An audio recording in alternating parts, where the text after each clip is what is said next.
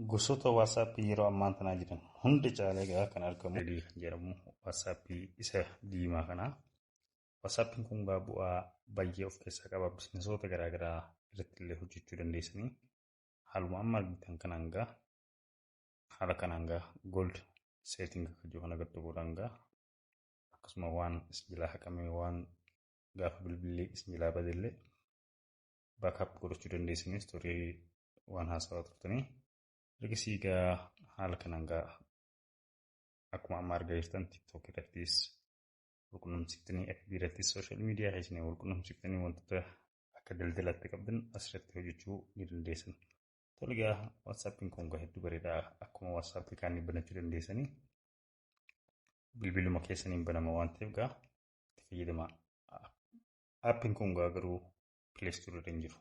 Kanaafuu haala salphaatti isa itti argatan immoo isinitti agarsiisa. Naa waliin tura.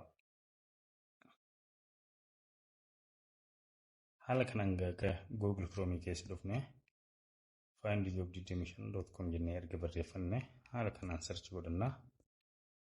Ergasii hordoftoota kiyya haala kanaan isinii dhufaa.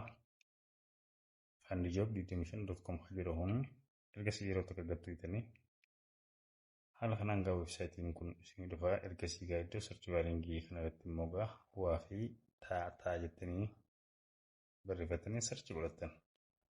Ergasii isinii dhufa hordoftoota kiyyaa suuraan kun suuraa kana yeroo tokko gattuutanii ergasii haala kanaan scroll godhaatuma. Haala kanaan scroll godhaatuma hordoftoota kiyyaa salphatti iddoo kanaa argachuu asii argattu kan jiru gaditti daawulood kana kan jiru kanarraa iddoo daawuloodii kana gattuu godhan salphatti appilikeeshinii kana argachuu dandeessu. Hordoftoota kiyyaa tole ergasii gara telegiraam chaanaalii kan isin fidaa yeroo takka gattuu godhan haala kanaan hanga buufadhee waan hin qabuuf hordoftoota kiyyaa daawulood kan jiru kana gattuu godhan salphatti ergasii haala kanaan gizee daawulood isiniif ta'e open kan jiru gattuutanii gabbuufattan hordoftoota kiyya.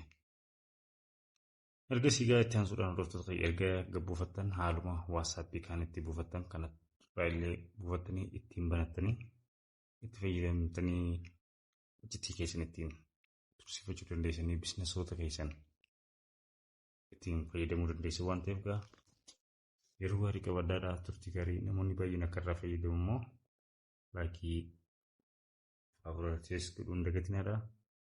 Yeroo gaarii qabaadhaadhaa turtii gaarii.